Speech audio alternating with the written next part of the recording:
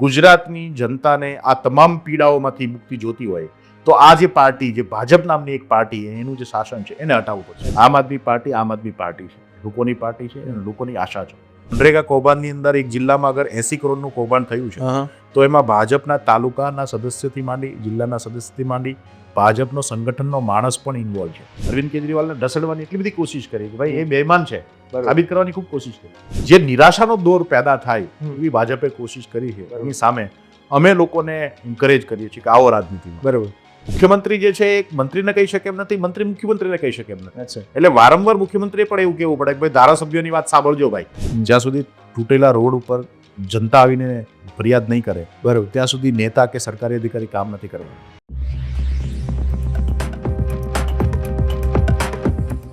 નમસ્તે દર્શક મિત્રો, હું Arpit again in front of you. રાજકારણ.comના પોડકાસ્ટ પોઝિટિવ પોલિટિક્સની સાથે અત્યારના ગુજરાતમાં ચર્ચાઈ રહ્યું છે વિસાવદરની સીટમાં આમ આદમી પાર્ટીની બહુમતી આવી. આમ આદમી પાર્ટીની એક રીતે એવું જોવાય છે કે ગુજરાતમાં કંઈક ધમાલ આવશે બીજેપીની સામે તો આમ આદમી પાર્ટી આવી શકે એવું લોકોના પણ એક નેરેટિવ સેટ થઈ રહ્યો છે. નેરેટિવ એમને સેટ ના થાય જ્યારે કોઈક એક સ્પેસિફિક પાર્ટીની સાથે નારાજગી હોય તો બીજો નેરેટિવ આવે, એના સિવાય ના આવે. એવું અમારું પણ ચોક્કસ માનવું છે. પણ એ નેરેટિવ લોકો સુધી પહોંચાડવાનું હતું. લોકોને જે ઓપ્શન જોઈએ છે એ ભારતીય જનતા પાર્ટી અને એની સામે અમે કોને સિલેક્ટ કરીએ, કોને બેઝિકલી નેતૃત્વ આપીએ અને નેતૃત્વ જ્યારે કોઈ એ બૂથ પર અથવા તો એ ક્ષેત્રમાં ઊભું ના હોય તો એ કોને વોટ આપે કે નોટામાં જઈએ, બરાબર છે. તો એ જે કાર્ય કરવાનું છે એ કાર્ય કરવામાં એક બહુ જ એગ્રેસિવલી અને પોઝિટિવ એપ્રોચ સાથે, પોઝિટિવ નેરેટિવ સાથે જો કોઈ કામ કરતું હોય આમ આદમી પાર્ટીમાં તો એ એના અહીંયાના જે મુખ્ય હોદ્દેદારો જે છે તે કહી શકાય. અને એમાંના જ એક કે જેમનું નામ મનોજભાઈ સોરઠિયા છે કે જે આમ આદમી પાર્ટી ના સ્ટેટના સેક્રેટરી છે. એને આપ સમક્ષ બેઝિકલી આ પોડકાસ્ટમાં અમે લાવ્યા છે. મનોજભાઈ, આપનું સ્વાગત છે. આભાર. Thank you. મનોજભાઈ, બહુ બધું સાંભળ્યું છે તમારા માટે. પડદા પાછળના વ્યક્તિ, પહેલાં છેલ્લા લગભગ 12-15 વર્ષથી તમે પોલિટિક્સમાં એક્ટિવ છો. રાઈટ. આપનું સ્વાગત છે સૌથી પહેલાં તો પોઝિટિવ પોલિટિક્સમાં. Thank you. પરસેપ્શન છે પોઝિટિવ પોલિટિક્સ કેવી રીતે થાય, અથવા તો પોલિટિક્સમાં પોઝિટિવ કામો કઈ રીતે થાય, તે છે અમારું કામ. મનોજભાઈ, શું એવું છે કે તમને એવું લાગ્યું કે ના, આપણે તો હવે આમ આદમી પાર્ટીમાં હાથ ધોઈને કામ કરવું જ પડશે? બેઝિક જોઈએ આપણે. આમ મારું પોતે પ્રોફેશનલી ફાર્માસિસ્ટ છું. ફાર્મસિસ્ટ છું. યસ. અને મારું ટેક્સટાઇલના બિઝનેસ સાથે કનેક્ટિવિટી પહેલેથી ટેક્સટાઇલ સાથે જોડાયેલું. સુરતમાં. બરાબર. 2010, 11, 12 આ વર્ષો દેશની અંદર એક ચર્ચાનો વિષય હતો કે સૌથી મોટું અગર કોઈ દેશનો દુશ્મન હોય તો કરપ્શન છે. બરાબર. અને એ કરપ્શનની સામે આઝાદ ભારતનું બહુ મોટું આંદોલન, બરાબર, લોકપાલ બિલનું આંદોલન થયું. અને એ આંદોલનમાં આખો દેશ એગ્રી હતો કે ભાઈ સાચી વાત છે કે ભાઈ જી કરપ્શન જ્યાં સુધી એની ચર્ચા નહીં થાય અથવા તો કરપ્શન રોકાય એના માટે કામ નહીં થાય ત્યાં સુધી દેશની કોઈ પણ, કેમ કે 70-75 વર્ષ એક દેશ માટે આપણે આખી દુનિયા ફરતા હોઈએ અને કમ્પેરેટિવ આપણા સાથે જ આઝાદ થયેલા દેશોની જે ઇન્ફ્રાસ્ટ્રક્ચરથી માંડી અને જે કન્ડિશન જોઈએ, જર્મની ને બધા જ કન્ટ્રીઓ, ચાઇના છે, ચાઇના પેરેલલી આપણી સાથે ડેવલપ, સાચી, મતલબ એક સમયે રાઈટ, એમને પણ બદલાવ શરૂ થયો. સાચી. તો આપણે કેમ ના કરી શક્યા? બરાબર. અને લોકપાલ આંદોલન અને એ જે ભ્રષ્ટાચાર વિરુદ્ધનું આંદોલન, અન્ના હજારે વખત અન્ના આંદોલન, એ આંદોલનથી મને થોડું મારા પ્રોફેશનથી અલગ રાજનીતિમાં આવવાની પ્રેરણા મળી. પાર્ટીની જે લીડરશિપ આજે પાર્ટીમાં જે અરવિંદ કેજરીવાલજી છે કે મનીષ સિસોદિયાજી છે, એ લોકો સાથે ત્યારથી કનેક્ટિવિટી હતી. અને ગુજરાતની અંદર પણ મને ત્યારે પણ એવું હતું કે જે તે દિવસે એક દિવસ એવો આવશે કે ગુજરાતે એક નવી પાર્ટી અને એક નવા વિચારને અપનાવવો પડશે અને કોંગ્રેસે નહીં કરી શકે. શા માટે? બિકોઝ કે એ સમયે પણ મતલબ અનેક પ્રયાસો 95થી લઈ અને એમ સમજો કે 2015 સુધીમાં અનેક પ્રયાસો કોંગ્રેસ દ્વારા થયા. અને જે રીતે એક કશું નહીં કરવાની, મતલબ તો કોંગ્રેસની નેશનલ લીડરશિપની પણ વાત કરું છું કે અંદરથી જે લોકો માટે કશું કરવાની જે એમની પોતાની ભાવનાઓ છે એમાં કંઈક ને કંઈક આપણને ઉણપ લાગી. એક ડાયનેસ્ટી પોલિટિક્સ છે, બાપદાદાઓ રાજનીતિમાં હતા. એ તો બીજેપીમાં બી અત્યારે એ આજે દેખાય છે, જે દેખાય છે બીજેપી પણ આજે એ જ છે એમ ગણો તો. અને એ જ નેતાઓ, એ જ લોકો આજે બીજેપીમાં છે. રાઈટ. પણ 2012-13 આંદોલનનો જ્યારે થયા અને ત્યારે રાજનીતિમાં દેશની અંદર મોટાભાગના લોકોનો ઇન્ટરેસ્ટ વધ્યો. એમાંથી આમ આદમી પાર્ટી પેદા થઈ, આંદોલનમાંથી પેદા થઈ. અને ગુજરાતમાં હું પણ એવું માનતો હતો કે ભાઈ ગુજરાતમાં પણ એક નવો વિકલ્પ જોઈશે. અને ત્યારથી ધીમે ધીમે કામ કરવાની શરૂ કરી. લડાઈ બહુ લાંબી હતી, ખ્યાલ છે કે ભાઈ કોઈ બી નવી પાર્ટી ઊભી કરવી અથવા નવો વિચાર લોકો સુધી પહોંચાડવો ખૂબ ટફ હોય છે. બરાબર. પણ એમ છતાં નિષ્ઠા સાથે આમ આદમી પાર્ટી ગુજરાતમાં સફળ થાય એના માટે સતત સંઘર્ષ કરી અને નાની મોટી ચૂંટણીઓ લડવાથી માંડી અને લોકો સુધી વાત પહોંચાડવી. અને ગુજરાતમાં એક જે સૌથી મોટું હથિયાર આમ આદમી પાર્ટી માટે, અમને આમ આદમી પાર્ટીના લીડર્સને માટે અમારા હાથ વગવું હતું એ હતું કે વિરોધ કરવો, બોલવું. મતલબ ગુજરાતમાં એમ સમજો કે તમે પૂછો કે ભાઈ કેમ કોંગ્રેસ નહીં, તો કોંગ્રેસ બોલતી નથી સરકારની સામે. બરાબર. જે એગ્રેસિવ મુવમેન્ટ કરવી જોઈએ કે એગ્રેસિવલી રોડ ઉપર ઉતરવું જોઈએ, કોઈ આંદોલનો તમે જોયા નહીં હોય. બધા ફેસબુક પર લડે, પ્રેસ કોન્ફરન્સ પૂરતું મર્યાદિત છે, મીડિયા બાઇટ પૂરતું મર્યાદિત છે. એનાથી વિશેષ ગુજરાતના લોકો માટેના કોઈ આંદોલનમાં કોંગ્રેસ ઉતરી ગઈ હોય અને બહુ મોટું આંદોલન પેદા થયું હોય ગુજરાતમાં, એ નથી કરી શક્યા. બરાબર. અને એનું એ રિઝલ્ટ છે કે લોકો આજે એ 30 વર્ષનો ગેપ જે છે એમાં કોંગ્રેસના લોકો પણ ભૂલી ગયા છે. પાર્ટી હતી, એના કામો, એને જે કંઈ સારા કામો કર્યા, બરાબર, એ આજની પેઢીને ખબર નથી. આજે યાદ કરાવવા પડે કે એ બ્રિજ અને એ પુલો તો જે છે અથવા ડેમ છે, એ કોંગ્રેસે બનાવ્યા, જે વર્ષો પહેલાની વાત છે. તો બેઝિક એક નવી પાર્ટીની ગુજરાતમાં એક નવા વિચારની જરૂર હતી. આમ આદમી પાર્ટી પરફેક્ટ એ વિચારધારા સાથેની પાર્ટી કે જે ગુજરાતનો સૌથી મોટો મધ્યમ વર્ગ, મતલબ આ દેશની આપણે કમ્પેરેટિવ જોઈએ તો ગુજરાત સૌથી મોટો મધ્યમ વર્ગનો લોકોનો એક દેશ કે જેમાં ગરીબોની સંખ્યા કદાચ ઓછી અને અમીરોની લિમિટેડ આખા દેશમાં છે. એવી રીતે તો એક મધ્યમ વર્ગમાં જે સૌથી વધારે તકલીફો છે એ તકલીફોને કોઈ અગર એડ્રેસ કરતું હોય તો એ આમ આદમી પાર્ટી. બરાબર. અરવિંદજીના કામો છે, એમના વિચારો છે કે એમણે પોતે પણ એ મિડલ ક્લાસ ફેમિલીમાંથી આવી અને કોઈ પોલિટિકલ બેકગ્રાઉન્ડ વગર પાર્ટી બનાવી. એ પાર્ટીને દેશની અંદર એટ્રેક્શનનું સેન્ટર બન્યું. પાર્ટીની વાતો, મતલબ અરવિંદ કેજરીવાલે જે વાતો રાજનીતિમાં લાવ્યા, રાજનીતિ બદલવા માટેની એની જે ચેલેન્જ હતી, એ દરેક પાર્ટીઓ સ્વીકારવી પડી. આજે બિહારમાં ચૂંટણીઓનો માહોલ છે તો કેજરીવાલના કામોની ચર્ચા અથવા કેજરીવાલના કામોના બેઝની દરેક મેનિફેસ્ટો, દરેક પાર્ટીના મેનિફેસ્ટોમાં કેજરીવાલનું શિક્ષણ, એની સ્વાસ્થ્ય, એની જે પોલિસીસ છે એ પોલિસીની ચર્ચા છે. તો ગુજરાત આજેની તો આવતીકાલે પણ આટલા વર્ષે એસ્ટાબ્લિશમેન્ટ જે રીતે બીજેપીનું થયું છે એની સામે ગુજરાતના લોકોએ જાગી અને નવો વિકલ્પ ઊભો કરવો પડશે. અને આશા સાથે અમે લોકો સતત કામ કરતા રહ્યા છીએ. અને આજે થોડું એવું હવે એટલીસ્ટ એ લેવલે આપણે માની શકીએ કે ભાઈ એક બાય એન્ડ લાર્જ આખો જે ગુજરાતના લોકો છે એ એવું માને છે કે આમ આદમી પાર્ટી વિકલ્પ બની શકે. જે વિકલ્પ ગુજરાતમાં કે દેશમાં? હાલ તો ગુજરાતની ચર્ચા છે. હાલ તો ગુજરાતની ચર્ચા છે. બરાબર. દેશની ચર્ચા 29માં કરીશું. પણ હાલમાં ગુજરાતમાં જે રીતે 30 વર્ષ બીજેપીએ પૂરા કર્યા છે અને એ 30 વર્ષની અંદર એવું શું તમે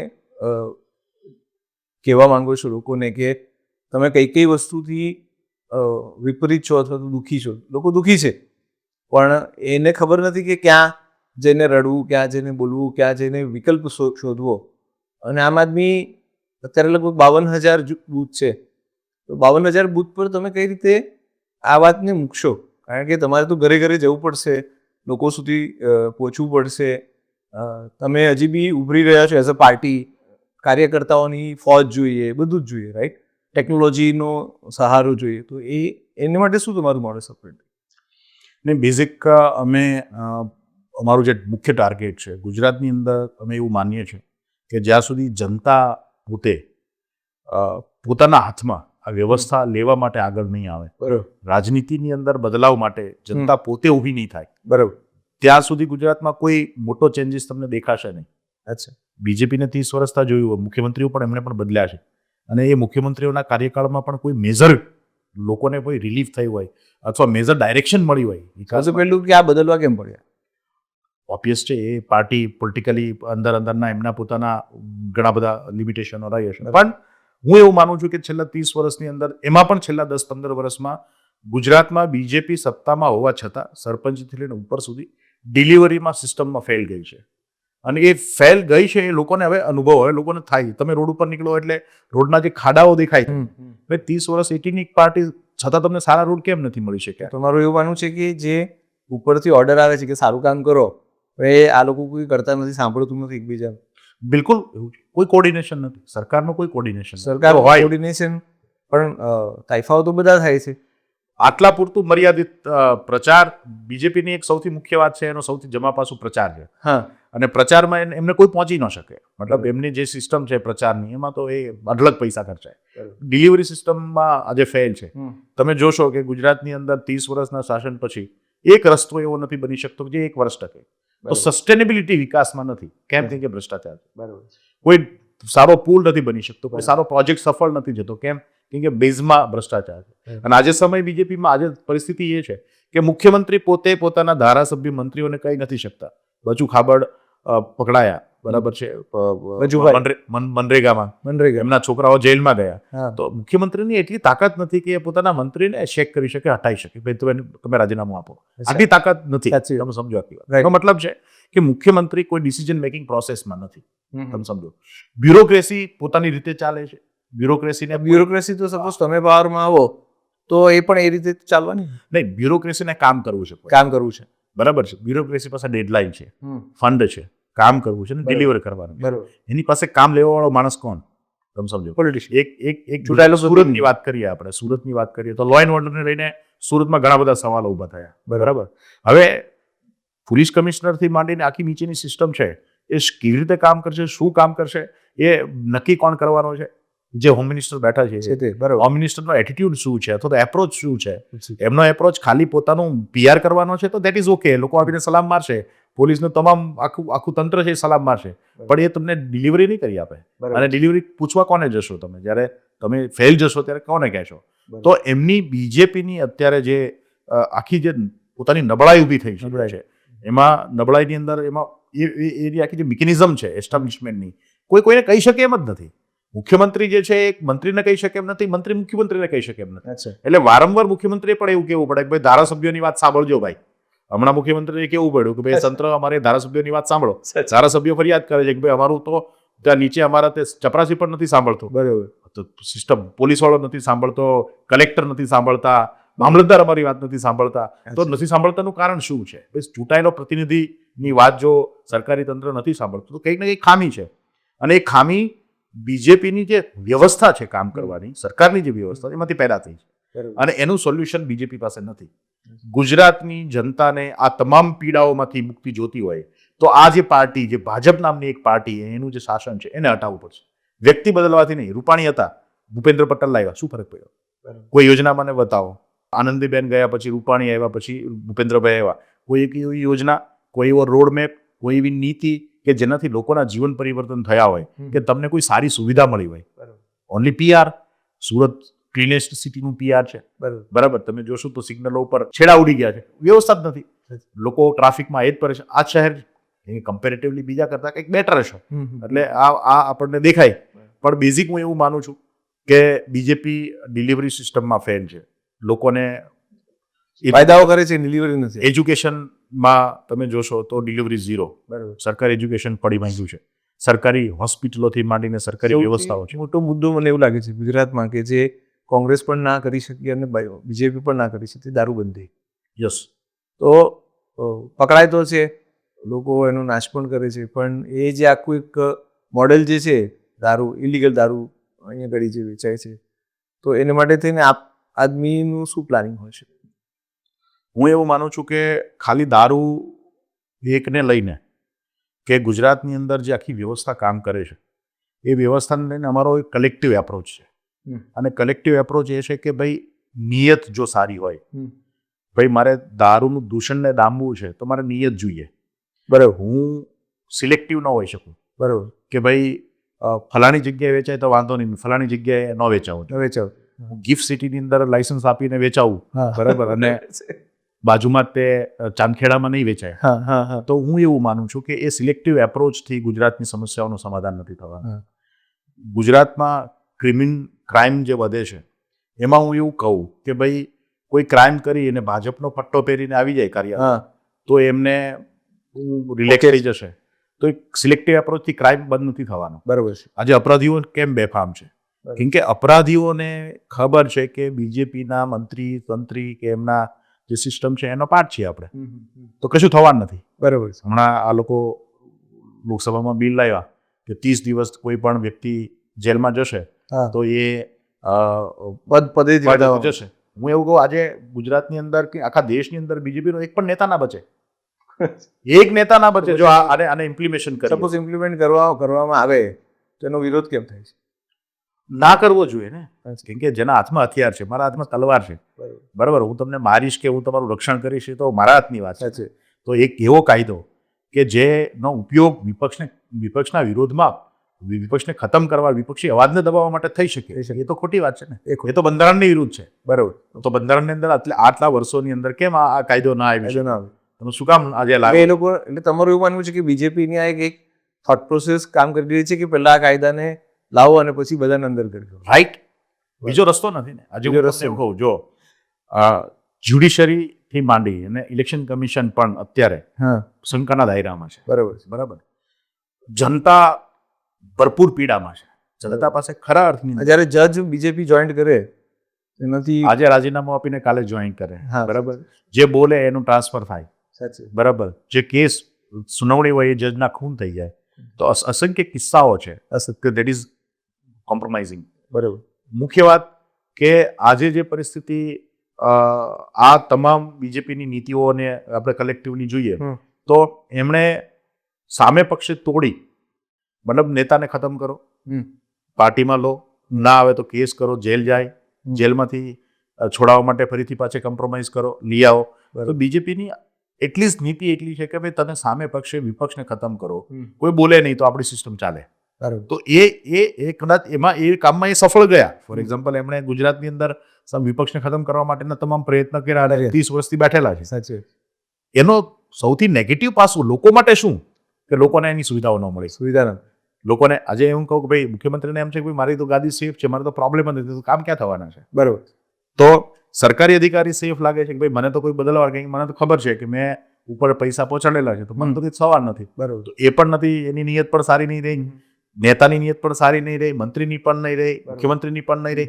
તો આ પરિસ્થિતિ આજે આવીને ઊભી રહી છે કે ગુજરાતમાં ઓલમોસ્ટ જંગલ રાજ જેવું ચાલે છે. ભરપૂર એસ્ટાબ્લિશમેન્ટ તમે જુઓ, કોઈ સુખી નથી. એવું નથી કે ભાઈ સર્ટેન ગ્રુપ જે છે બીજેપીમાં એ પણ સુખી. બીજેપીની ઇન્ટરનલ જે ઇકોસિસ્ટમ છે એમાં પણ ભરપૂર દુઃખ છે લોકો અંદરથી કે યાર એમને ખોટી રીતે ટાર્ગેટ બનાવાયા છે, એમની જે આખી ટોટલ વેલ્થ છે અથવા પોતાનું જે નેટવર્ક છે એ પણ મતલબ એની પર પણ ખતરો છે. તો કંઈક ને કંઈક ડરનો માહોલ ગુજરાતમાં બીજેપી ઉભો કર્યો છે, કોઈ સામે ના બોલવું જોઈએ. અને એવા સમયની અંદર લોકોને એક વિકલ્પ જોઈએ છે. એવા સમયમાં આમ આદમી પાર્ટી જે છે એની જે લીડરશિપ છે એ સતત આ લોકોની સામે લડે છે. સો લડવા માટે બે વસ્તુ છે, ફોજ અને પૈસા. ઘણી બધી જગ્યાએ એવું મેં સાંભળ્યું છે, એટલે હું તમને કહું છું. તો અમે જે કોઈ એક નેરેટિવ છે તે કે એ લોકો કોઈ પણ અલગ પાર્ટીને ફંડ કરે તો ત્યાં આગળ રેડ પડે છે.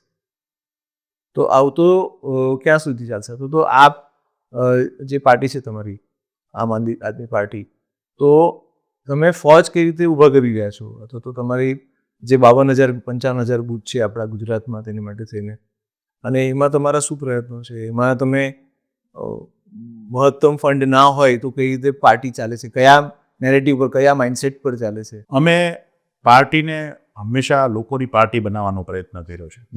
અને લોકો જ્યાં સુધી, મેં પહેલાં પણ કીધું કે લોકો જ્યાં સુધી રાજનીતિમાં ઇન્ટરેસ્ટ લેતા નહીં થાય અને પોતાના વિસ્તારની, પોતાના સમાજની, પોતાના ગામની પરિસ્થિતિ બદલવા માટે આગળ નહીં આવે ત્યાં સુધી ગુજરાતમાં કશું થવાનું નથી.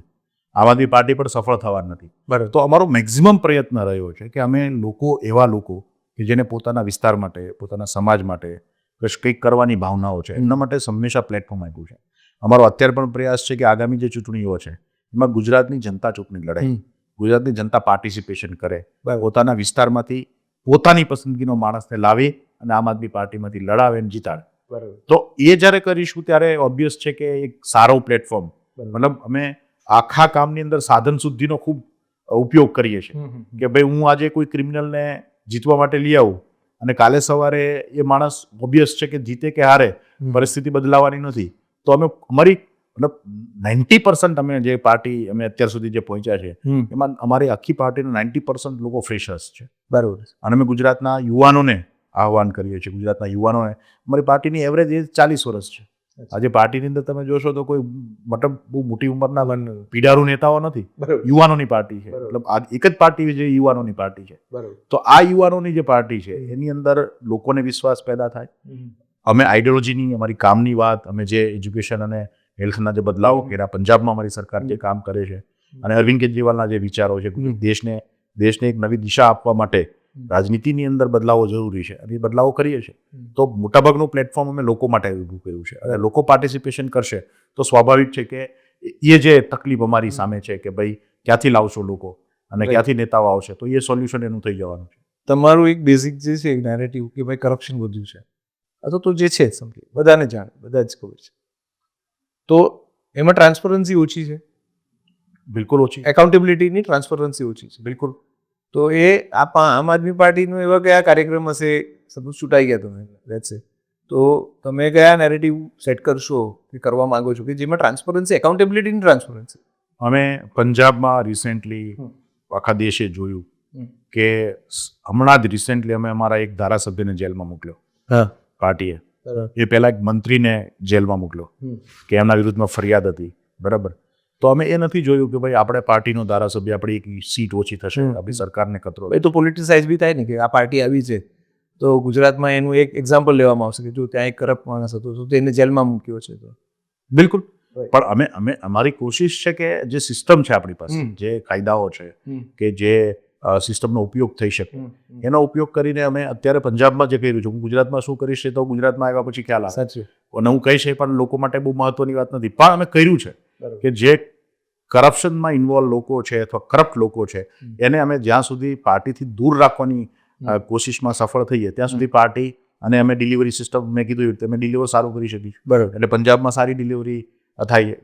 પંજાબના ગામડાઓની અંદર લાઇબ્રેરીઓ બને છે. બરાબર. ખેડૂતોને એના અધિકારો મળે છે, સિંચાઈ, પાણી મળે છે, શિક્ષણ મળે છે. બરાબર. અને જ્યાં ત્યાં નશાનો જે કારોબાર હતો એના મહદન છે. પહેલા તો એવું હતું રોજ તમને સમાચારો મળતા. આજે જુઓ તમને સમાચારો મળશે કે નશા ઉપર બહુ મોટું એક યુદ્ધ પંજાબમાં આમ આદમી પાર્ટીએ છેડ્યું છે. બરાબર. ઘણા બધા પ્રમાણમાં અમે કંટ્રોલ કરવાની એને કોશિશ કરી. જે એક સમયનું ઝૂલતા પંજાબ કહેવાતું હતું, એ પંજાબની અંદર આજે નશા ઉપરનું કંટ્રોલ કરવાની જે પ્રયાસ છે એમાં સફળ થયા છે. તો બેઝિક વાત એ છે કે ગુજરાતમાં પણ ભ્રષ્ટાચારની લઈને જે અમારી જે અત્યારે સુધી લડાઈ છે એની અંદર અમે જ્યાં સુધી અમારી પોતાની ઇનહાઉસ સિસ્ટમને અમે ક્લીન રાખીશું ત્યાં સુધી અમે સફળ રહીશું. અને સરકાર આવનાર દિવસોમાં અમે વિશ્વાસ છે કે બનાવીશું અને ભ્રષ્ટાચાર મુક્ત સરકાર આપીએ એના માટેનો તમામ અમારી જે પ્રયત્ન છે ચોક્કસ કરીશું. અત્યારનું રિસન્ટ એક એક્ઝામ્પલ છે તમારી પોલિટિકલ પાર્ટીના એક વડા ચૈતરભાઈ વસાવા. લોકોને આમ જનતાને એવું લાગે છે કે કંઈક બેકગ્રાઉન્ડમાં સેટિંગ થઈ રહ્યું છે, કંઈક બેઝિકલી એના માટે કોઈ એગ્રેસિવ ચળવળ નથી થઈ રહી, પાર્ટી તરફથી પણ કોઈ કામ આગળ વધી નથી રહ્યું એમને બહાર લાવવા માટે થઈને. તો એક્ઝેક્ટલી પાર્ટી તરફથી તમારે શું કહેવું છે? ચેતરભાઈ અમારા ફાઇટર નેતા છે અને ચેતરભાઈ એક સમાજના નહીં, ગુજરાતના યુવાનો જે છે એનું પ્રતિનિધિત્વ કરે છે. રાઈટ. જ્યારે આ કેસ બન્યો, ઘટના ઘટી, ત્યારે પહેલાં આમ આદમી પાર્ટી, ગોપાલ ઇટાલિયા અને મનોજ સોરઠિયા ત્યાં કોર્ટમાં જ્યારે એમને પોલીસ તરફથી એમના ઉપર અત્યાચારો થતા હતા ત્યારે પહોંચ્યા. અત્યારે મેટર આખી જે છે એ સબ જ્યુડિશિયલ છે, અત્યારે કોર્ટમાં છે, હાઈકોર્ટની અંદર જામીનના અરજી અમારી પેન્ડિંગ છે. બરાબર. 3 તારીખો પડી ચૂકી છે. 28 તારીખે એનું હિયરિંગ પણ છે. ઇન બિટવીન ગુજરાતમાં અમે એ સમયમાં અરવિંદ કેજરીવાલ અને ભગવત માન બંનેની ડેડિયાપાડામાં ખૂબ મોટી વિશાળ કરીબન 25,000 થી 30,000 લોકો હતા. એ સાથેની અમે સભા કરી અને ચેતરભાઈનો જે મેસેજ છે, જેલમાંથી એનો મેસેજ જે છે, અમે આખા એમના પોતાના જે ચાહકો અને આદિવાસી વિસ્તારના જે લોકો છે જેની લડાઈ ચેતરભાઈ લડે છે એમને અમે પહોંચાડ્યો છે. આજે પણ પાર્ટીની લીડરશિપ ગ્રાસ રૂટ ઉપર ચેતરભાઈનો એ મેસેજ લઈ અને ઘર ઘર સુધી જઈ રહ્યા છે. અચ્છા. કે લોકોને કહી રહ્યા છે કે ભાઈ આખી એટલે બીજેપીએ જે ઉપજાવી કાઢેલો કેસ છે એ શું છે, સાથે સાથે શા માટે ચેતર વસાવાને ટાર્ગેટ કરવામાં. અત્યારે 182 ધારાસભ્યોમાં એક ધારાસભ્ય જેલમાં છે. શું કામ? બરાબર. કોઈ લોકલ ઝઘડો છે એવું લાગે છે? નહીં, બેઝિક વાત એવી છે કે બીજેપી સામેના અવાજને દબાવવાની હંમેશા કોશિશમાં હોય. બરાબર. તમે સમજો. અને જે વિસ્તારમાંથી ચેતરભાઈ આવે છે એ વિસ્તારમાં વિકાસના કામો તમે જોઈ લો, ભરપૂર ભ્રષ્ટાચાર. એટલે મનરેગાનું અગર કૌભાંડ થયું હોય હા. તો એક જિલ્લાની અંદર 80-100 કરોડના કૌભાંડો આદિવાસી પટ્ટામાં થયા. બરાબર. આદિવાસી પટ્ટાની અંદર નલ સે જલના કૌભાંડો, ઓહ. આદિવાસી પટ્ટાની અંદર નકલી કચેરીઓ, નકલી અધિકારીઓ, અચ્છા. નકલી તમામ વસ્તુઓ અત્યારે જે રીતે એમના બરાબર. વિસ્તારોમાં. અને આ બધાની સામે લડે છે કોણ? ચેતર વસાવા. બરાબર. બોલે છે કોણ? ચેતર વસાવા. વસાવા. આજે હું તમને કહું કે મનરેગા કૌભાંડની અંદર એક જિલ્લામાં અગર 80 કરોડનું કૌભાંડ થયું છે હા. તો એમાં ભાજપના તાલુકાના સદસ્યથી માંડી, જિલ્લાના સદસ્યથી માંડી, ભાજપનો સંગઠનનો માણસ પણ ઇન્વોલ્વ છે. બરાબર. દરેક વ્યક્તિને ખીચામાં પૈસા ગયા. અચ્છા. અને એ વાત જ્યારે ચેતરભાઈ રિસર્ચ કરીને પ્રૂફ સાથે લઈને આવે અને પ્રયત્ન કર્યા પછી કેસ નોંધાય, મંત્રીના છોકરાઓ જેલમાં જાય, તો ઓબ્વિયસ છે કે ચેતર વસાવા ભાજપની ઇકોસિસ્ટમ માટે ખતરો છે. બરાબર. તો એ ઇકોસિસ્ટમમાં આજે એમણે એક ગામનો કૌભાંડને એક્સપોઝ કર્યું છે, તો એની એ કૌભાંડ થવા દેવા પાછળ મુખ્યમંત્રી પણ જવાબદાર છે. બરાબર. સ્ટેટની બીજેપીની જે નેતૃત્વ છે એ પણ જવાબદાર છે. ભાઈ, તમારા વિસ્તારમાં ભ્રષ્ટાચાર થાય છે, તમે એક મંત્રીને હટાવી નથી શકતા, બરાબર. એન્ટરટેન કરો છો એને, એ માણસ એ મંત્રાલયમાં બેઠો છે અને તમે એની ઇન્વેસ્ટિગેશન કરાવો છો, તો કેવી રીતે શક્ય છે? બરાબર. તો એ ખતરો જે છે ચેતર વસાવા, બીજેપીની આખી સિસ્ટમની સામેનો ખતરો છે, એટલે એ જેલમાં છે. અને એ જેલમાં છે તો એની સામે અમે હાથ પગ બાંધીને બેઠા નથી. અચ્છા. અમે અમારી પાસે અત્યારે કોઈ હથિયાર નથી બીજેપી સામે લડવા માટે, પબ્લિક સિવાય, જનતા સિવાય. બરાબર. તો આદિવાસી સમાજ, આદિવાસી વિસ્તારના જે લોકો છે એના સુધી પહોંચવાનો અમારો પ્રયત્ન જે છે એમાં ખૂબ મજબૂતીથી આગળ વધીએ છીએ. બરાબર. ખૂબ મજબૂતી. કોર્ટ ઉપર કોઈ ટિપ્પણી કરવાનો અમને અધિકાર નથી. સાચી. કોર્ટ એમનું કામ કરશે. કોર્ટને અમને આશા છે કે ન્યાય એમાં થશે. પણ તારીખ પડે છે. સિસ્ટમ છે. તમે સમજો. એ તો હમણાં કોઈ એક સાહિત્યકાર ઉપર કેસ થયો, 8 કેસ, 307ની 8 કલમ લાગી. બરાબર. ચોથા દિવસે એના જામીન થઈ ગયા. ચેતરભાઈ નથી મળતા. એને કોઈ કનેક્ટિવિટી હશે બીજેપીની અંદર, પોતાની રીતે કરીને મેળવી લીધા હશે. ચેત્ર આ જ કેસ છે, સેમ ઘટના છે, મારામારીની ઘટનાનો કેસ છે, આ જ ઘટના અહીંયા નોંધાઈ છે, તો મળી જવા જોઈએ. તો એક સિલેક્ટિવ એપ્રોચ સરકારનો છે. અને બીજેપી હંમેશા કોશિશ કરી. ચેતરભાઈ થાકે, કેસો થાય, હારે, બરાબર છે. આની પહેલા પણ એમના ઉપર જેલમાં હતા ત્યારે પણ આમ આદમી પાર્ટીએ બંને મુખ્યમંત્રીઓ આવીને મોટી સભા કરી હતી. લોકસભાની ચૂંટણી પહેલા એમને બીજેપીએ કોશિશ કરી હતી કે લોકસભામાં ભાજપમાં આવી જાય, પણ એની સામે લડ્યા. તો ચેતરભાઈ ફાઇટર માણસ, લડે છે, એની પાછળ આમ આદમી પાર્ટીનું બેકગ્રાઉન્ડ છે. આ વાતમાં ચેતરભાઈને હરાવવા માટે, ચેતરભાઈને ઝુકાવવાના અનેક પ્રયત્ન છે. પણ આદિવાસી સમાજની અંદર એક વર્ષો પછી એવો નેતા પેદા થયો કે જે નેતાએ લોકોમાં આશા જન્માવી છે અને ખૂબ લડાય છે. મતલબ તમે વ્યક્તિગત ચેતરભાઈને મળો છો તો તમને એક બહુ સામાન્ય માણસ લાગશે, પણ એનો જે અંદરનો જુસ્સો છે, એની અંદરની જે એની અંદર જે ઇન્સ્પિરેશન છે એ બહુ ઊંચું છે. અને ગુજરાતનું ભવિષ્ય છે. ચેતર વસાવા આમ આદમી પાર્ટી નહીં, ગુજરાતના નેતૃત્વનું, ગુજરાતની રાજનીતિનું ભવિષ્ય છે. આપણે વાત કરી કરપ્શનની, આપણે વાત કરી ચેતરભાઈની, આપણે વાત કરી કે 52,000 બૂથ પર તમે કઈ રીતે આગળ વધવા માંગો છો ઇલેક્શનમાં. અત્યારે આપણે ગુજરાતની વાત કરી છે. સુરતનું ઇલેક્શન આવે છે, આઈ થિંક કોર્પોરેશન, રાઈટ, જાન્યુઆરીમાં આજુબાજુમાં હશે.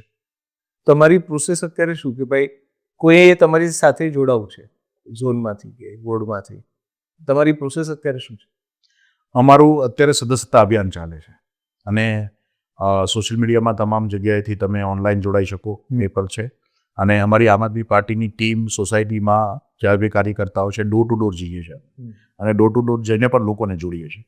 જે લોકોને પોલિટિકલ ઇન્ટરેસ્ટ છે અથવા પોલિટિકલી જે લોકો ઓલરેડી પોલિટિકલી કોઈ ના કોઈ પાર્ટી અથવા કોઈ પણ જાહેર જીવનમાં છે, એ લોકો ડાયરેક્ટ લીડરશિપના કોન્ટેક્ટમાંથી નીચેથી લઈને ઉપર સુધી કોઈ એવો લીડર છે કે જેમને પ્રદેશ અધ્યક્ષ સાથે વાત કરવી છે, તો તે પણ અમારી ઓપન સિસ્ટમ છે.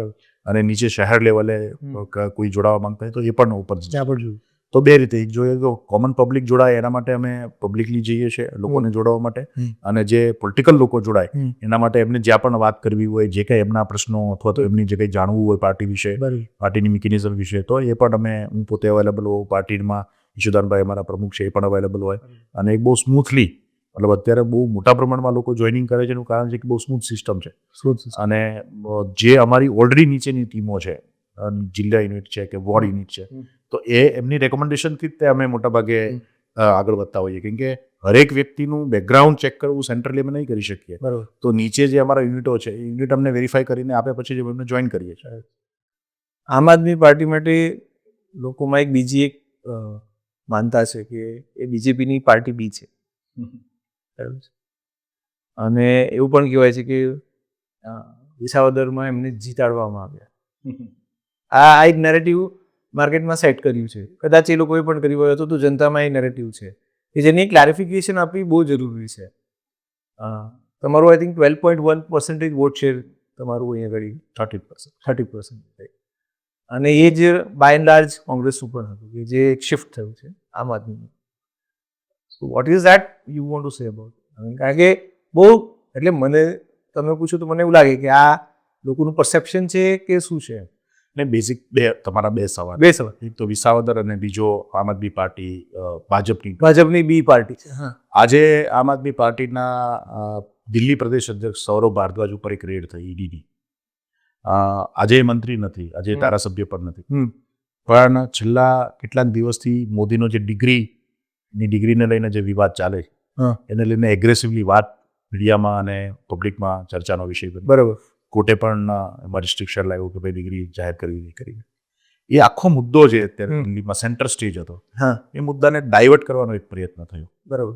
આમ આદમી પાર્ટી એક એવી પાર્ટી છે આઝાદ ભારતની કે જેના ઉપર સૌથી વધારે ફેક કેસ થયા. અમારા તમામ ધારાસભ્યો દિલ્હીના અને મંત્રીઓ પર કેસ થયા. રિસેન્ટલી હમણાં જે કેસ પાછળ સત્યેન્દ્ર જૈન અમારા મંત્રી 3 વર્ષ જેલ રહી આવ્યા. એ કેસમાં હમણાં એમને બાઇજ્જત બરી કે ભાઈ કોઈ સબૂત નહોતું, વાત ઘટના નહોતી. કોર્ટે એ આખી ઘટના જે છે એને દફે કરી દીધી. આમ છતાં સત્યેન્દ્ર જૈન ભાજપમાં નથી. બરોબર. આમ છતાં સત્યેન્દ્ર જૈન આમ આદમી પાર્ટીના નેતા છે. બરોબર. અરવિંદ કોઈ એક મુખ્યમંત્રી ઉપર એટલા કેસો વારંવાર નાના મોટા બાબતમાં પણ કેસો કરી અને મુખ્યમંત્રીને કામ નહીં કરવા દેવાની કોશિશ થઈ હોય તો એ આમ આદમી પાર્ટી. તો કેવી રીતે આમ આદમી પાર્ટી ભાજપની બીજી? પણ એવું કહેવાય કારણ કે તમે જે 12.9 અથવા 30% નું વોટ શેરનું શિફ્ટ આવ્યું છે. જ્યારે એ કોઇન્સિડન્સ છે કે એ ઇન્ટેન્શનલ છે. જ્યારે તમે સમજો કે જ્યારે કોઈ છોકરો એક્ઝામમાં બેસે અને એનું રિઝલ્ટ આવે અને પછી તમે એમને કોમેન્ટ્રી કરો કે કેમેસ્ટ્રીમાં વીક છે કે બાયોલોજીમાં વીક છે તો એમાં રિઝલ્ટ આવ્યા પછી થાય ને. રાઈટ. આમ આદમી પાર્ટીએ 2022ની ચૂંટણી પહેલા ગુજરાતમાં એક વિકલ્પ આપવાનો તમામ પ્રયત્ન કર્યો. બરાબર. આમ આદમી પાર્ટીએ તમામ નેતૃત્વ, તમામ જેટલા પણ લોકો નીચે જેમણે ગુજરાત માટે કશું કરવું છે એના માટે ઓપન ડાયસ પર પ્લેટફોર્મ. બરાબર. મુદ્દાઓની વાત કરી, વીજળી ફ્રી કરવાની વાત કરી, મહિલાઓને સન્માન આપવાની વાત કરી, શાળાઓની વાત કરી. તો એક સમય એવો આવ્યો કે ભાઈ નરેન્દ્ર મોદી સાહેબે તે ગુજરાતમાં આવી અને એક પોર્ટેબલ સ્કૂલ એક બનાવેલા ડોમની અંદર શાળામાં વિદ્યાર્થીઓને બેસાડી અને મોડર્ન સ્કૂલના ફોટા પડાવવા પડ્યા. બરાબર. અને ગુજરાતમાં શિક્ષણની વાત કરવી પડી, ગુજરાતમાં શિક્ષણ સુધારાની વાત કરવી પડી, ગુજરાતમાં હોસ્પિટલોની વાત કરવી પડી. તો પહેલા ક્યારેય તે મુદ્દાઓની રાજનીતિ ગુજરાતમાં નહોતી થતી. અમે 2022માં લઈને આવ્યા. બરાબર. અને મુદ્દાઓ ઉપર અમને હું એમ માની છે કે જે 13% મતો છે એ અમારા એ મુદ્દાઓના મત હતા. અમારી પાસે કોઈ બાપદાદાનો વારસો નથી. આમ આદમી પાર્ટીની કોઈ પણ પર્ટિક્યુલર બીજેપી જાણી જોઈને નબળા ઉમેદવારો ઊભા કરે કે જેથી કોંગ્રેસનો સફાયો થાય અને આમ આદમી પાર્ટી ના, એ શક્ય જ નથી. રાજનીતિમાં સગો બાપ પોતાના દીકરાને પોતાનો હિસ્સો ન આપે. બરાબર. ભાઈ પોતાના ભાઈને હિસ્સો ન આપે. બરાબર. બીજેપી અમને પર્સન્ટેજ ઓફ વોટર્સ આપી દે તો શક્ય જ નથી. બીજું વાત એ છે કે આખી જે પ્રોસેસ છે એમાં અમે જે 41 અમે એવું માનીએ કે 41 લાખ લોકોને અમે કન્વિન્સ કરી શક્યા. એ કયા વોટર્સ હતા, કોના હતા એમને ખબર નથી. વોટર્સ કોઈ પાર્ટીનો હતો ને ત્યાં બધી બહુ મોટી ભૂલ થાય કે લોકો હંમેશા એવું કહે કે ભાઈ આ ફલાણી પાર્ટીનો સિક્કો. વોટર્સ ઉપર કોઈ પોલિટિકલ પાર્ટીનો સિક્કો નથી. વોટર ઇન્ડિપેન્ડન્ટ છે. આવું કહેવું પણ અને આવું વિચારવું પણ કોઈ નેતા પણ વિચારતો હોય ને તો એ આપણા સંવિધાન સાથે અથવા આપણા લોકતંત્ર ઉપર વિશ્વાસ નહીં હોવાનું નિશાન છે. ઓકે. લોકો ફ્રી છે. કોના વોટર હતા કોના નહોતા એ તો તમે રિઝલ્ટ જોઈને કીધું ભાઈ અહીંયા તો બીજેપીના 50% થયા, આના 24%, આના 13%. બરાબર. આના મત ગયા. રાઈટ. અમે અમારો બહુ જેન્યુઅન પ્રયત્ન કર્યો લોકોને કન્વિન્સ કરવાનો, અમારી વાત પહોંચાડવાનો. 13% લોકો સુધી પહોંચી ગઈ વાત. બરાબર. 5 ધારાસભ્ય જીતીને આવ્યા. અમે બોટાદ જીતા, બીજેપીની સીટ હતી. અમે ગારિયાધાર જીતા, બીજેપીની સીટ હતી. અમે જામજોધપુર જીતા, બીજેપીની સીટો તમે જીત્યા છે. કોંગ્રેસ 77 સીટ જીતી હતી 2017માં. તો એને સસ્ટેન કરવી હતી. તમે સમજો. અમે 5 સીટો તો જીત્યા, એમાં તો મોટાભાગની તો બીજેપીની સીટો હતી. તમે સમજો. તો બેઝિક વાત એ છે કે ભાઈ અમારા ઉપર જે આરોપો બી ટીમના લાગી છે એમાં સૌથી વધારે અગર પોલિટિકલ વેન્ડેટાનો ભોગ બન્યા હોય તો અમે અમારા નેતાઓ આમ આદમી પાર્ટી બની. બરાબર. આજે પણ અમારો ધારાસભ્ય જેલમાં છે, કોંગ્રેસનો નથી. બરોબર. બરાબર છે. જો અમારી બી ટીમ હોય તો અમે મળીને કામ કરીએ. શું કામ લડીએ છીએ? આજે ભાજપને તીખામાં તીખા સવાલો પૂછતું હોય કોઈ. હમણાં ગુજરાતની અંદર એમ સમજો કે ભાઈ ગુજરાતના કપાસ ઉગાડતા ખેડૂતો માટે અન્યાય થયો. 13% જે ટેક્સ હતો એ ઘટાડી દીધો, 0 કરી દીધો. ફોરેનથી બ્રાઝિલ અને અમેરિકાથી કપાસ તૂટી પડવાનો હોય બરોબર. અને ખેડૂતોને ભાવ નહીં મળે. કોણ બોલે છે? આવેદનપત્ર કોણ આપે છે? ગ્રાસરૂટ ઉપર કોણ કામ કરે છે? તો શું કામ કરે? કોઈ બી ટીમ હોય તો ચૂંટણી લડવા આવે, વોટ કાપીને જતી રહે. પણ અમે જેન્યુન પ્રયાસ કરીએ છીએ કે ગુજરાતની અંદર અમે એક વિકલ્પ બનીને ઉભરીએ. અને અમારો જેન્યુન પ્રયાસ છે કે ગુજરાતના તમામ એવા લોકો વોટ કોઈને પણ આપતા હોય. હું ફોર એક્ઝામ્પલ વાત કરું, ભાઈ મેં મારી જિંદગીમાં કોંગ્રેસને મત નથી આપ્યો, હું ભાજપને મત આપતો હતો. આજે હું પાર્ટીની અંદર કામ કરું છું તો મારી પોતાની આઈડિયોલોજી છે, મને પોતાનો એક રસ્તો છે. બરાબર છે. તો બેઝિક વાત એ છે કે ગુજરાતની અંદર આમ આદમી પાર્ટી કોઈની ABCD ટીમ નથી. આમ આદમી પાર્ટી છે, લોકોની પાર્ટી છે અને લોકોની આશા છે. બીજી વાત કે વિસાવદરના યુદ્ધના મેદાનમાં બીજેપીએ તમામ તાકાત લગાવી. 150 જેટલા એમના ધારાસભ્યોને જવાબદારી સોંપાઈ. નિગમોના ચેરમેનો, તમામ સમાજના લીડરો, મંત્રીઓ, મુખ્યમંત્રી ખુદ, પ્રદેશ અધ્યક્ષ ખુદ, હોમ મિનિસ્ટર ખુદ. કોણ નથી આવ્યું ત્યાં? બધા આવ્યા, બધા જ પ્રયત્ન કરી. આજે હારી ગયા એટલે પછી એ કોઈ એવી ચર્ચા થાય કે તો એને જીતવા દીધા. શું વાત કરો છો? એટલે એ નેરેટિવ માર્કેટમાં લોકો સમક્ષ એ નેરેટિવ સેટ કરવામાં ના. લોકો જાણે છે. વિસાવદરની જનતાને સેલ્યુટ કરવી પડે, એને વંદન કરવા પડે. બરોબર. કે આટલા મોટા સરકારના પ્રયત્ન છતાંય વિસાવદરે ગોપાલ ઇટાલિયા નામનો એક સૂરજ ઉગી બતાવ્યો. બરોબર. તમે સમજો, સરકારે પૂરી તાકાત, પૈસા રેલમ સેલમ, તંત્ર એમની સાથે, પોલીસ એમની સાથે. બરાબર છે. તમે ચૂંટણીના વોટિંગના દિવસે જુઓ, વોટિંગના દિવસે પણ તમે ફેક વોટિંગ માટેના મતલબ કેટલા કમ્પ્લેનો, કોઈ જગ્યાએ સાંભળવાનું નહીં. ઇલેક્શન કમિશનને ફરિયાદો જાય, કોઈ સાંભળવાવાળી વાત નહીં. બીજેપી કેમ ગોપાલ ઇટાલિયા લડે છે અને કેમ હરાવું, એના માટે કોંગ્રેસને કામે લગાવે. કોંગ્રેસ પોતે પિક્ચરમાં નથી. એ અમારા જે બૂથના વોલેન્ટિયર્સ છે, બૂથના એજન્ટો છે, એને ખરીદવાના માટે પૈસાના થેલા લઈને નીકળેલી. અમે એને એક્સપોઝ કરી, રંગે હાથે પકડ્યા, અમે એમના સ્ટિંગ ઓપરેશનો કર્યા. દારૂ વેચાતો તો દારૂ પકડી પાડ્યો અમે, આ બીજેપીનો દારૂ વેચાય છે કરીને. બીજેપીના નેતાના ખેતરમાં દારૂના ગોડાઉનો છે. તો અમે એ લડાઈ બહુ મતલબ એક યુદ્ધના ભાગમાં લડ્યા. એક મોટું યુદ્ધ હતું એ. અને આમ આદમી પાર્ટીના એકદમ નિહત્થા કાર્યકર્તાઓ, લાકડાની તલવાર લઈને, સામાન્ય કાર્યકર્તાઓ એક ભાવનાથી કામે લાગેલા. અને એ સેન્ટિમેન્ટ જે છે એ લોકોનું સેન્ટિમેન્ટ છે. બરાબર. વિસાવદરની અંદર આમ આદમી પાર્ટી ગોપાલ ઇટાલિયાને જીતવું એ ગુજરાતના લોકોનું પ્રતિનિધિત્વ, આખા ગુજરાતની નજર હતી. અને આખા ગુજરાતને આ વાત ગમી. બીજેપીની અંદર હું તમને કહું છું કે બીજેપીનો 90% બીજેપીનો વોટર ને બીજેપીનો નેતા ગોપાલ ઇટાલિયા વિસાવદરથી જીતે એમાં ખુશ થયા છે. બરાબર છે. તમે સમજો ભાઈ, ના સારું થયું કે ચરબી વધી ગઈ છે સરકારની. આજે બીજેપીના ધારાસભ્યો એમ કહે છે કે આ બરાબર થયું, અમારી વાત નથી સંભળાતી. શું વાત? હા, વિપક્ષ હવે મજબૂત થાય તો સારું, જીતે તો સારું. તો ગુજરાતની હવે જરૂરિયાત છે. અને વિસાવદર આજે હમણાં મોરબીમાં એમાં આપણે ઘટનાઓ જોઈ. ગુજરાતમાં જ્યાં પણ બીજેપીનો નેતા કામ નથી કરતો ત્યાં લોકો એમ કહે છે ભાઈ સુધરી જાવ ને તો વિસાવદર વાળી થશે. અચ્છા, સુધરી જાવ નગર. એનો ફાયદો હવે તમારે, ફાયદો એટલે પોલિટિકલ આપણે ફાયદો ના કહી શકીએ, પણ જનતાને ફાયદો, બિલકુલ ફાયદો છે. હા, આમ આદમી પાર્ટીનું ગુજરાતમાં ઉભરવું એ જનતા માટે વિન વિન સિચ્યુએશન છે. રાઈટ. પણ એટલે એનો પ્રતિસાદ સુરતમાં કેવો આવશે, શું લાગે છે? હું એવું માનું છું કે આ વખતે આમ આદમી પાર્ટી સુરતની અંદર સંપૂર્ણ બોડી બનાવે છે, મેયર બનાવીએ છે. અચ્છા, 100% બનાવીએ છીએ. કેમ કે એક વિપક્ષ તરીકે અમને જે 5 વર્ષ મળ્યા એમાં વિપક્ષની મેં પૂરી ભૂમિકા ભજવી છે. બરાબર. અમારા લોકોને ખરીદી લેવા, અમારે નબળા માણસોને, અમારા જે ભ્રષ્ટ લોકો હતા જેને અમે એમનો ભ્રષ્ટાચાર અમે નહોતા સહન કરતા. બરાબર. કોઈ એક કોર્પોરેટરની મારી પાસે ફરિયાદ આવે કે આ પૈસા માંગે છે તો અમે એમને પાર્ટી તરફથી, અમારો બહુ કડક ઠપકો હોય. અને એવા લોકો કે જે પાર્ટીમાં જીતી ગયા પછી પૈસા નતા કમાઈ શકતા, એ લોકોએ બીજેપીનો સંપર્ક કરીને બીજેપીમાં જોડાઈ ગયા. બીજેપી એમને પૈસા આપ્યા. હવે એ ના થાય એની ફિલ્ટર પ્રોસેસ શું તમારા? કારણ કે લોકો પાર્ટી જોઈને વોટ આપે છે. રાઈટ. બરાબર છે. એક મોડેસ ઓપરેન્ડી એક હોય કે ભાઈ ચલો આપણે અહીંયા દુઃખી છે તો આપણે આને જીતાડીએ, બીજી પાર્ટીમાંથી આવે છે. બરાબર. એનો મુખ્ય આધાર એ છે કે જો અમે સંપૂર્ણ બોડી બનાવીએ તો ઓબ્વિયસ છે કે કોઈ પણ કોર્પોરેટર જે છે જશે નહીં. વિપક્ષની અંદર બેઠેલા લોકોમાં નબળાઈઓ આવે. બસ સત્તામાં આજે બીજેપીમાંથી કોઈ ધારાસભ્ય રાજીનામું નહીં આપે કે સત્તામાં છે, કામ કરી શકે એમ છે. બરાબર છે. તો બેઝિક એ છે કે ભાઈ અમારી પૂરી કોશિશ છે કે અમે સત્તામાં આવીએ, સુરત જીતીએ.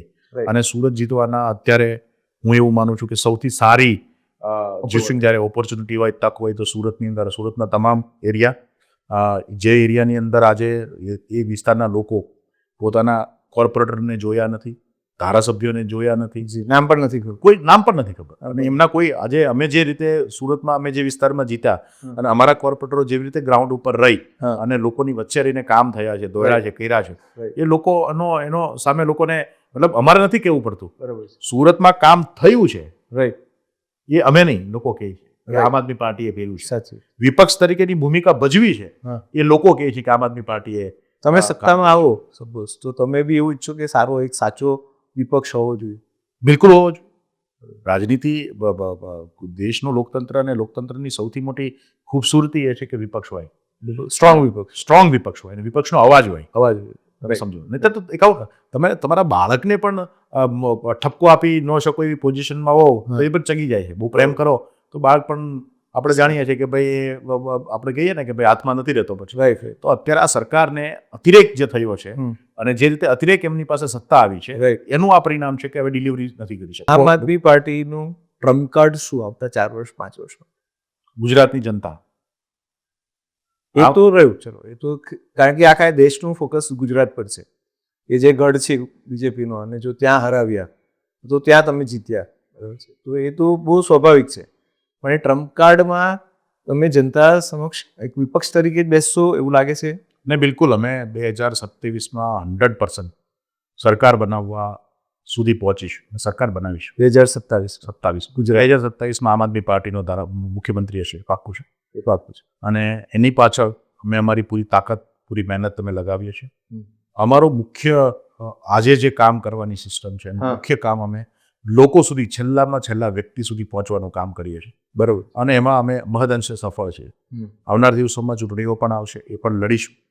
પણ ગુજરાત, મેં કીધું તો ટ્રમ્પ કાર્ડ ગુજરાતની જનતા છે. જ્યાં સુધી ગુજરાતની જનતા નહીં જાગે, જ્યાં સુધી તૂટેલા રોડ ઉપર જનતા આવીને ફરિયાદ નહીં કરે, બરાબર, ત્યાં સુધી નેતા કે સરકારી અધિકારી કામ નથી કરવાના. બરાબર. અને અત્યારે સમય એ છે કે ગુજરાતને વિકલ્પની જરૂર છે અને એ સમયે આમ આદમી પાર્ટી વિકલ્પ છે. કઈ જાતના તમને નેતા જોઈએ છે દરેક વોર્ડમાં? અમે મોટાભાગે અત્યારે કોશિશ અમારી એવી છે કે ભાઈ જે લોકો માટે સતત કંઈ ને કંઈ કામ કરતા રહ્યા હોય, લોકોના વિસ્તાર, પોતાના વિસ્તાર માટે જાગૃત રીતે રજૂઆતો કરતા રહ્યા હોય, કામ કરાવતા રહ્યા હોય, સામાજિક લેવલે અને રાજકીય લેવલે સક્રિય રહ્યા હોય, પ્રોફેશનલ્સ હોય કે જે પોતાના ફિલ્ડની અંદર લોકોની સેવા કરતા હોય, એવા તમામ પ્રકારના લોકોને તક આપીશું. એવા પ્રકારના લોકોને તમે તક આપશો કે જે તમને સંપર્ક કરી શકે છે અને આવતી ચૂંટણીમાં એ લોકો એક્ટિવલી કામ પણ કરે. બિલકુલ.